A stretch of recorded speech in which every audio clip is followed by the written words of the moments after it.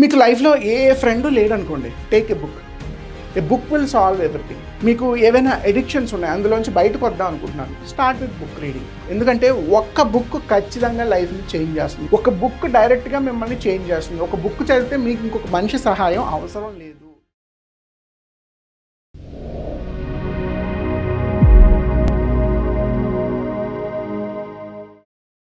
Hello entrepreneurs, welcome to academy of startups. మీలో ఎవరైనా కొత్త బిజినెస్లు మొదలు పెడదాం అనుకున్నా, స్టార్టప్స్ మొదలు పెడదాం అనుకున్నా, మన సిరీస్ ఆఫ్ వీడియోస్ అన్నీ ఫాలో అవ్వండి. ఇందులో మీకు కావాల్సిన ఇన్ఫర్మేషన్ అంతా గ్రాప్ చేసుకోండి. మీరు స్టార్ట్ చేయబోయే బిజినెస్కి, స్టార్టప్కి మన రూల్స్ అండ్ రెగ్యులేషన్స్ని అప్లై చేయండి. ఈరోజు మనం అకాడమీ ఆఫ్ స్టార్టప్స్లో డిస్కస్ చేయబోతున్న పాయింట్ ఏంటంటే, ఈరోజు ప్రతి ఒక్కరికి కూడా స్మార్ట్ ఫోన్ అడిక్షన్ చాలా పెరిగిపోయింది. పిల్లలు లేదు, పెద్దవాళ్ళు లేదు, దీనికి ఏ ఎక్సెప్షన్ లేదండి. ఎందుకంటే ఫ్రీక్వెంట్గా మీరు ఎప్పుడైనా ఫ్లైట్లో కానీ ట్రైన్లో కానీ ట్రావెల్ చేసేటప్పుడు చూడండి, 90% ఆఫ్ ద కిడ్స్, 100% కాదు, 90% ఆఫ్ ద కిడ్స్ మాత్రం ఖచ్చితంగా స్మార్ట్ ఫోన్ కోసం గొడవ పెడతారు. ఎందుకు? పేరెంట్స్ వాళ్ళకి తెలిసో తెలియకో అల్లరి చేస్తారనో, లేదంటే ఫుడ్ సరిగ్గా తినట్లేదనో, సరే కాసేపు సైలెంట్గా ఉంటారనో ఫోన్ వాళ్ళకి ఇచ్చేయడం, వాళ్ళు దాన్ని హ్యాబిట్యుయేట్ చేసుకోవడం. ఒకవేళ ఆ ఫోన్ కనుక లేకపోతే ఏడవడం మొదలు పెడుతున్నారు. అలాగే అడల్ట్స్కి కూడా ఈ జబ్బు వచ్చేసిందండి. పిల్లల్ని ఒక్కనే అనడానికి ఏం తప్పులేదు. ఇంచుమించుగా మెజారిటీ, మనం పేర్లు మెన్షన్ చేయడం కూడా అనవసరం. కొన్ని ఆర్గనైజేషన్స్లో కొంతమంది ఎంప్లాయీస్, లేదంటే ఒక సెర్టైన్ ఏజ్ దాటిన తర్వాత కూడా ఫ్రీక్వెంట్గా ప్రతి 5 నిమిషాలకి 10 నిమిషాలకి యూట్యూబ్ ఓపెన్ చేయడం, ఫేస్బుక్ ఓపెన్ చేయడం, రీల్స్ చూసుకోవడం, వీడియోస్ చూడడం, ఇది బాగా అలవాటైపోయింది. కొంతమంది ఏంటంటే మార్నింగ్ షార్ట్ న్యూస్ ఒక 10 మినిట్స్ 15 మినిట్స్ చూస్తారు, పర్వాలేదు. బట్ ఖాళీ దొరికిన ప్రతిసారి యూట్యూబ్ ఓపెన్ చేసి అందులో రీల్స్ చూసుకోవడం, షార్ట్స్ చూసుకోవడం, లేదంటే ఫేస్బుక్ ఓపెన్ చేసి రీల్స్, వీడియోస్ చూసుకోవడం, ఇలా కొంతమందికి అలవాటైపోయింది. Major problem smart phones. ఈ స్మార్ట్ ఫోన్ వల్ల ఇద్దరికి ఐసైట్ కానీ మెమొరీ కానీ ఖచ్చితంగా డ్యామేజ్ అవుతుంది. ఎందుకంటే ఆ 30 సెకండ్స్ 1 మినిట్ మీరు చూసే వీడియో పీపుల్కి ఎలా తీసుకుంటుందంటే, వాళ్ళు ఒక 20 మినిట్స్ 30 మినిట్స్ షార్ట్ ఫిల్మ్ కానీ, లేదా 1 అవర్ 1.5 అవర్ 2 అవర్స్ వచ్చే మూవీస్ కూడా చూడలేకపోతున్నారు. ఫాస్ట్ ఫార్వర్డ్లో పెట్టి చూస్తున్నారు అలాంటి వాడు. ఎందుకంటే షార్ట్గా కంటెంట్ డెలివరీ అయిపోవాలి, ఎక్కువసేపు ల్యాగ్ అవ్వకూడదు అన్న మైండ్ సెట్ వచ్చేస్తుంది. సో వాళ్ళకి అటెన్షన్ స్పాన్ చాలా తక్కువ ఉంటుంది. అంటే రేపు స్కూల్లో టీచర్ చెప్పేది ఎంత లేదన్నా 45 మినిట్స్ లెసన్ ఉంటుంది. వీళ్ళు 30 సెకండ్స్కి 40 సెకండ్స్కి 1 మినిట్కి వాళ్ళ అటెన్షన్ని డ్రా చేసుకునేటప్పుడు 45 మినిట్స్ క్లాస్ కూడా వినలేరు. అండ్ మోర్ ఓవర్ ఈ ADHD కానీ డిఫరెంట్ సిండ్రోమ్స్ కూడా ఫామ్ అవుతున్నాయి. దీనివల్ల వాళ్ళు మెంటల్గా ఫ్యూచర్లో హెల్త్ వైజ్గా కూడా చాలా డిస్టర్బెన్సెస్ వస్తున్నాయి. సో ముందు ఈ ప్రాబ్లమ్ స్టేట్మెంట్ నుంచి మనం ఒక ఐడియాని డిజైన్ చేసుకుందాం. అయితే ఈ స్మార్ట్ ఫోన్కు ఉన్న ఆల్టర్నేటివ్స్ ఏంటి? యూజువల్గా గేమ్స్ కానీ, స్పోర్ట్స్ కానీ, లేదంటే బుక్స్ కానీ, ఏదైనా ఫిట్నెస్ కానీ ఏమైనా సరే రికమెండ్ చేయొచ్చు. అయితే ప్రతిదానికి ఒక ప్రొసీజర్ ఉంటుంది. మనం ఇందులో ఈ బుక్స్ అన్న ఆప్షన్ని ఈరోజు ఐడియా కింద మాట్లాడుకుందాం. గేమ్స్, స్పోర్ట్స్ మనం వేరే వీడియోలో డిస్కస్ చేసుకుందాం. ఓన్లీ బుక్స్ అన్న కాన్సెప్ట్ని బేస్ చేసుకొని మనం ఎటువంటి బిజినెస్ మోడల్ని డిజైన్ చేయొచ్చు. ఇక్కడ బుక్స్తో కూడా ఉన్న ప్రాబ్లం ఏంటంటేనండి, కొత్త వాళ్ళు బుక్ చదివేటప్పుడు చాలా కష్టపడతారు. నేను ఈ న్యూ ఇయర్ నుంచి పుస్తకాలు చదవడం మొదలు పెడతానని కొంతమంది రెజల్యూషన్ తీసుకుంటారు. కానీ ఒక 10-15 పేజీలు చదవగానే బుక్ తీసి చాలామందికి నిద్ర వచ్చేస్తుంది. అండ్ ఏ బుక్ చదవాలి, ఏ బుక్ చదవకూడదు, బాగుండే బుక్స్ ఏంటి, బాగోలేని బుక్స్ ఏంటి, ఈ రికమెండెడ్ చేసేవాళ్ళు ఎవరు ఉండరు. ఫస్ట్ ఆఫ్ ఆల్ మోటివేషన్ పాయింట్లో మాట్లాడుకుంటే, బుక్ చదవాలంటే చాలామందికి భయం, బద్ధకం కూడా. మేము మా రిలేటివ్స్లో కూడా చూస్తూ ఉంటాం. అంతసేపు ఫోన్ చూసుకునే బదులు బుక్ చదవచ్చు కదా అంటే, బుక్ ఎవడు చదువుతాడు? చాలా ఓపిక ఉండాలి, చాలా నాలెడ్జ్ ఉండాలి. బుక్ చదవడానికి నాలెడ్జ్ అక్కర్లేదు, ఓపిక ఉండాలి. ఓకే అంటే ఫస్ట్ టైం హ్యాబిట్యుయేట్ చేసుకునేటప్పుడు మోటివేషన్ అసలు ఉండదు. సర్లే ఇప్పుడు మనం బుక్ ఏం చదువుతాలే అనుకునే వాళ్ళు ఉంటారు. రెండోది డిసిప్లైన్డ్గా, అంటే ఒకసారి బుక్ ఓపెన్ చేశారంటే కనీసం ఒక 30 మినిట్స్ లేదా 30 పేజెస్ కన్సిస్టెంట్గా ప్రతిరోజు చదివే అలవాటు హ్యాబిట్యుయేట్ చేసుకుంటే చాలా బాగుంటుంది.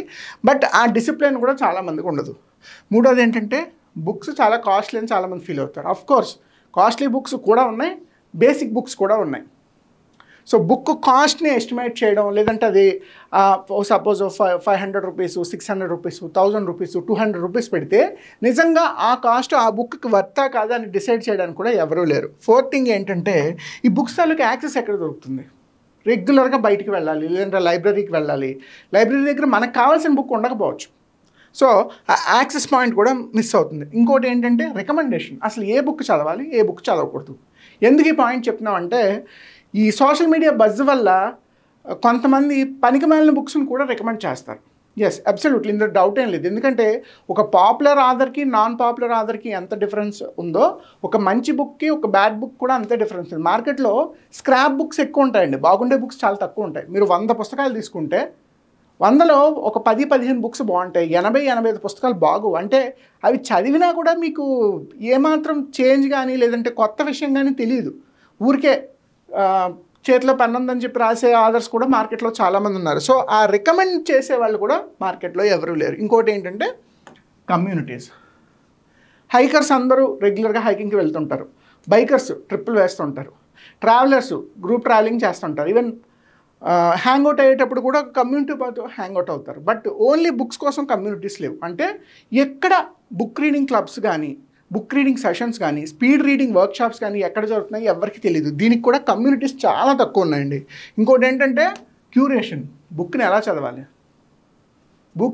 చదవాలి, ఇది చాలామందికి తెలియని టాపిక్. బుక్ చదివేటప్పుడు మనం ఇంపార్టెంట్ పాయింట్స్ని ఎలా నోట్ చేసుకోవాలి, మళ్ళీ బుక్ని రివైజ్ చేయడానికి ఉండే పద్ధతి ఏంటి, కొన్ని బుక్ చదవడానికి కొన్ని క్యూరేటివ్ మెథడ్స్ ఉంటాయి, ఇవి కూడా చాలామందికి తెలియవు. ఫైనల్లీ అసలు బుక్ చదవాలంటే ఒక ప్లాట్ఫామ్ అంటూ లేదు ఇప్పటివరకు. పాపులర్ అయ్యి ఉండకపోవచ్చు, ఎక్కడ అడపదడప 1-2 ఉన్నాయి కానీ అంత పాపులర్ అవ్వలేదు. ఎందుకు అవ్వలేదంటే సోకాల్డ్ ఫౌండర్స్ తాలూకా వేరియస్ ఇష్యూస్ వల్ల. సో ఇన్ని ప్రాబ్లమ్స్ని దృష్టిలో పెట్టుకోండి. ప్లాట్ఫామ్ లేదు, క్యూరేటర్స్ లేరు, కమ్యూనిటీస్ లేవు, motivation, discipline, cost, access, recommendation. ఒక బుక్ని కన్సిడర్ చేస్తే మనకి ఇన్ని ప్రాబ్లమ్స్ ఉన్నాయి. ఈ ప్రాబ్లమ్స్ని బేస్ చేసుకొని మనం డిజైన్ చేయవలసిన స్టార్టప్ ఐడియా ఏంటి అంటే బుక్ రీడింగ్ క్లబ్. ఎందుకు బుక్ రీడింగ్ క్లబ్? నేను ఆల్రెడీ చెప్పాను, ఓన్లీ హైకర్స్కి క్లబ్స్ ఉన్నాయి, బైకర్స్కి కమ్యూనిటీస్ ఉన్నాయి, టోస్ట్ మాస్టర్స్ లాంటి పబ్లిక్ స్పీకింగ్ క్లబ్స్ కూడా ఉన్నాయి, స్టార్టప్ క్లబ్స్ ఉన్నాయి, బిజినెస్ క్లబ్స్ ఉన్నాయి. అలాగే why can't we start a book reading club? ఎందుకు చేయకూడదు? మిగిలినవన్నీ ఉన్నప్పుడు ఇది లేకపోవడానికి కారణం ఏంటి? ఒకవేళ ఇలాంటిది స్టార్ట్ చేసుకుంటే అది మనకి రెవెన్యూస్ని ఎలా తీసుకొచ్చింది అన్నది ఈ వీడియోలో మనం డిస్కస్ చేద్దాం. అయితే బుక్ రీడింగ్ క్లబ్ తాలూకా నిష్ ఏంటి? Only for book readers. Book ఎవరు చదవచ్చండి? బుక్ ఒకరు చదవకూడదు అనే రూల్ అయితే లేదు కదా. అంటే మనకి కనీసం ఒక 10 ఇయర్స్ కిడ్ దగ్గర నుంచి 70-80 ఇయర్స్ వరకు ఎవరైనా బుక్ చదవచ్చు. బుక్ రీడింగ్ క్లబ్లోకి ఎవరైనా రావచ్చు. అంటే మన ఏజ్ గ్రూప్ కానీ మన కస్టమర్ తాలూకా డెమోగ్రఫిక్స్ కానీ చాలా బ్రాడ్ రేంజ్లో ఉన్నాయి. అండ్ ఓన్లీ కొన్ని కంట్రీసే బుక్ చదవాలి, కొన్ని కంట్రీలో పీపుల్ బుక్స్ చదవకూడదు అన్న రూల్స్ అయితే ఎక్కడా లేవు కదా. సో గ్లోబల్గా కూడా ఈ ప్రోడక్ట్ బాగా క్లిక్ అయ్యే అవకాశం ఉంటుంది. అందుకు మనం ఈరోజు బుక్ రీడింగ్ క్లబ్ గురించి డిస్కస్ చేస్తున్నాం. ఈ బుక్ రీడింగ్ క్లబ్లో ద వెరీ ఫస్ట్ మోడల్ ఏంటంటే అసలు ఈ మోడల్ని ఎలా రన్ చేసుకోవాలి. మన క్లబ్లో సపోజ్ జూబ్లీ హిల్స్లోనో, హైదరాబాద్లోనో, వైజాగ్లోనో, వరంగల్లోనో, లేదంటే యూఎస్ఏలోనో ఎక్కడో దగ్గర ముందు ఒక కమ్యూనిటీని ఫామ్ చేసుకోవాలి. కమ్యూనిటీ ఆస్పెక్ట్లో ఎప్పుడూ కూడా 30 నుంచి 40 మెంబర్స్ని మాత్రమే ఒక క్లబ్లోకి తీసుకోండి. ఒక 30 to 40 మెంబర్స్. వీళ్ళని ఒక నేమ్ పెట్టి ఒక ముందు కమ్యూనిటీ ఫామ్ చేయండి. చేసి ఫస్ట్ మంత్లీ మీటప్స్ ప్లాన్ చేయండి. మంత్లీ ఒకసారి లేదా బైవీక్లీ ఒకసారి, ఒక సాటర్డే ఈవినింగో, సండే ఈవినింగో, లేదంటే ఫ్రైడే ఈవినింగో ఒక మీటప్ ఫస్ట్ ప్లాన్ చేయండి. తర్వాత వచ్చిన మీటప్కి రెగ్యులర్గా కొత్తగా బుక్స్ పబ్లిష్ చేసిన ఆథర్స్ ఎవరైనా ఉంటే వాళ్ళని గెస్ట్ల కింద తీసుకొచ్చి బుక్ రిలీజెస్, బుక్ లాంచెస్ చేయించండి. అలాగే పీపుల్ మీ దగ్గర నుంచి కానీ పీపుల్ మధ్యలో నుంచి కానీ బుక్స్ రెంటల్కి లేదంటే ఎక్స్చేంజ్ చేసుకునే మోడల్ని డిజైన్ చేయండి. అంటే ఫస్ట్ 30 నుంచి 40 మంది ఒక క్లబ్ కింద ఫామ్ చేస్తున్నాం. ఈ 30 మంది నుంచి 40 మంది దగ్గర ఎవ్రీ మంత్లీ కానీ యాన్యువల్లీ కానీ ఒక సబ్స్క్రిప్షన్ ఫీజు తీసుకుందాం. ఒక 1000 రూపీస్ అనుకుందాం, అంతకన్నా ఎక్కువ వద్దు. ఓన్లీ 1000 రూపీస్ ఇంటూ 30 పీపుల్ అంటే ఆ క్లబ్కి సంబంధించి ఒక 30,000 రూపీస్ వచ్చింది. ఈ 30,000కి ఎవ్రీ మంత్ ఎవరో ఒకరు ఆఫీస్లో కానీ, ఇంట్లో కానీ, టెర్రస్ మీద కానీ, లేదంటే ఒక కాఫీ షాప్లో కానీ చిన్న మీటప్ ప్లాన్ చేయండి. ఆ మీటప్కి ఒక గెస్ట్ ఆథర్ని తీసుకురండి. అలాగే ఈ 30 to 40 పీపుల్ ఆ మంత్ ఏవైనా బుక్స్ చదివితే బుక్స్ గురించి రివ్యూ చేయమని చెప్పండి. ఇంతకన్నా ఈ కమ్యూనిటీలో మనం చేయవలసింది ఏమీ లేదు. ఎందుకంటే ఒక మంచి బుక్ ఎలా ఉంటుంది, ఒక చెడ్డ బుక్ ఎలా ఉంటుంది, ఏది ఎలా చదవాలి, ఏది ఎలా చదవకూడదు అన్నది ఇంచుమించుగా ఈ మీటప్స్లో మనం కవర్ చేయొచ్చు. ఇది వెరీ బేసిక్ మోడల్. వన్స్ ఇది సెటప్ చేసిన తర్వాత దీని నుంచి మనం సబ్స్క్రిప్షన్ మోడల్లో రెవెన్యూస్ తీసుకోవచ్చు. యాజ్ ఐ మెన్షన్ 1000 రూపీస్ నుంచి 5000, 10,000 మీ కెపాసిటీని బట్టి రేట్ ఎంత అనేది పక్కన పెట్టండి. ఇది మన మోడల్ పర్ఫెక్ట్ అయిన తర్వాత రేట్ అనేది డిసైడ్ చేద్దాం. మినిమం 1000 రూపీస్ సబ్స్క్రిప్షన్ అయితే తీసుకోవచ్చు. 2, కొత్తగా ఎవరైనా పబ్లికేషన్స్ వాళ్ళు వచ్చారంటే బుక్ సేల్స్ చేసుకోవచ్చు. 3, బుక్ రెంటల్స్ ఇవ్వచ్చు ఓన్లీ 30 డేస్కి లేదంటే 60 డేస్కి, అది కూడా సబ్స్క్రిప్షన్ మోడల్లో ఒక బుక్ ఇచ్చి మళ్ళీ తిరిగి ఇంకో బుక్ ఎక్స్చేంజ్ చేసుకునే విధంగా రెంటల్స్లో కూడా ఇవ్వచ్చు. 4 మెంబర్షిప్స్ ఉంటాయి. సబ్స్క్రిప్షన్ వేరు, మెంబర్షిప్ వేరు. మెంబర్షిప్ ఏంటంటే వీళ్ళు ఇంకా ఎక్కువ యాక్సెస్ తీసుకుంటారు, ఇంకా ఎక్కువ ఐడియాని ప్రమోట్ చేస్తూ ఉంటారు, లేదంటే ప్రీమియం పీపుల్ అవుతుంటారు. అటువంటి వాళ్ళకి మెంబర్షిప్స్ తీసుకోండి. అండ్ మోర్ ఓవర్ పబ్లికేషన్ హౌసెస్తో టైఅప్ పెట్టుకోండి. ఎవరైతే కొత్త ఆథర్స్ ఉన్నారు, కొత్త రైటర్స్ ఉన్నారు, కొత్త పబ్లికేషన్ హౌసెస్ వస్తున్నాయి, కొత్త కొత్త స్టోరీస్ని డిజైన్ చేసేవాళ్ళు, స్టోరీ టెల్లర్స్, వీళ్ళందరితో కూడా టైఅప్ పెట్టుకుంటే వాళ్ళ దగ్గర నుంచి కూడా సేల్స్ అండ్ రెవెన్యూ స్టార్ట్ అవుతుంది. సో ఇలా డిఫరెంట్ మోడల్స్ నుంచి మనం రెవెన్యూని జనరేట్ చేయొచ్చు. మార్కెట్ ఎలా ఉంది ఇక్కడ చూసారా? Figure 739 billion Indian rupees. ఈరోజు ఇండియాలో బుక్స్ మీద జరుగుతున్న బిజినెస్ ఇది ఈ రోజుకి. అండ్ మనకున్న ఇంకొక బ్యూటీ ఏంటంటే digital, through mobile applications, through websites, through smart phones, through Zoom meetings కూడా మనం ఈ మోడల్ని రన్ చేసుకోవచ్చు. అండ్ మోర్ ఓవర్ ఈ 2 సెగ్మెంట్స్ని బాగా ఫోకస్ చేయండి. మిలీనియల్స్, జెన్జీస్, వీళ్ళు బుక్స్ ఎక్కువ చదువుతున్నారు ఇప్పుడు. అంటే వీళ్ళకి స్కోప్ ఉంది. జెన్జీ కూడా ఇంకొక 30 ఇయర్స్ వరకు మనకి కస్టమర్స్గా ఉండే అవకాశం ఉంటుంది. మిలీనియల్స్ వచ్చేసరికి ఇంకొక 40 ఇయర్స్ వరకు. వీళ్ళిద్దరికీ కూడా మిలీనియల్స్ 30, జెన్జీకి ఇంకో 40-50 ఇయర్స్ వరకు మన కస్టమర్ బేస్లో ఉండే అవకాశం ఉంది. సో ఇప్పుడు వీళ్ళని ఫోకస్ చేశారంటే ఫ్యూచర్లో కూడా వీళ్ళు డబ్బులు పే చేస్తూ ఉంటారు, వీళ్ళ పిల్లలకు కూడా అలవాటు చేస్తారు. సో ఈ 2 జనరేషన్స్ని మనం ఫోకస్ చేసుకొని బిజినెస్ మోడల్ని లాంచ్ చేసుకోవచ్చు. ఈ రకంగా దీని మార్కెట్ని మనం స్టడీ చేయాలి. అండ్ ఆఫ్టర్ దాట్ ఒక ఇన్వెస్ట్మెంట్ మోడల్ రాసుకుంటే ఓన్లీ వెబ్ లాంచ్ చేసుకుంటే ఒక 1,50,000లో చేసుకోవచ్చు. వెబ్ ప్లస్ ఆండ్రాయిడ్ అయితే ఒక 5 lakhsలో చేసుకోవచ్చు. వెబ్, ఆండ్రాయిడ్, iOS అయితే ఒక 10 lakh బడ్జెట్ పెట్టుకోవచ్చు. సో బ్రీఫ్గా రాసుకుందాం. ఒక 10 lakh, ఇందులో ఒక 2 lakh marketing and digital marketing పెట్టుకుందాం. ఎక్స్పెన్సెస్ ఒక 3 lakhs పెట్టుకుందాం. బ్యాకప్ ప్లాన్ ఒక 1 lakh పెట్టుకుందాం. So overall 16 lakhs initial investment.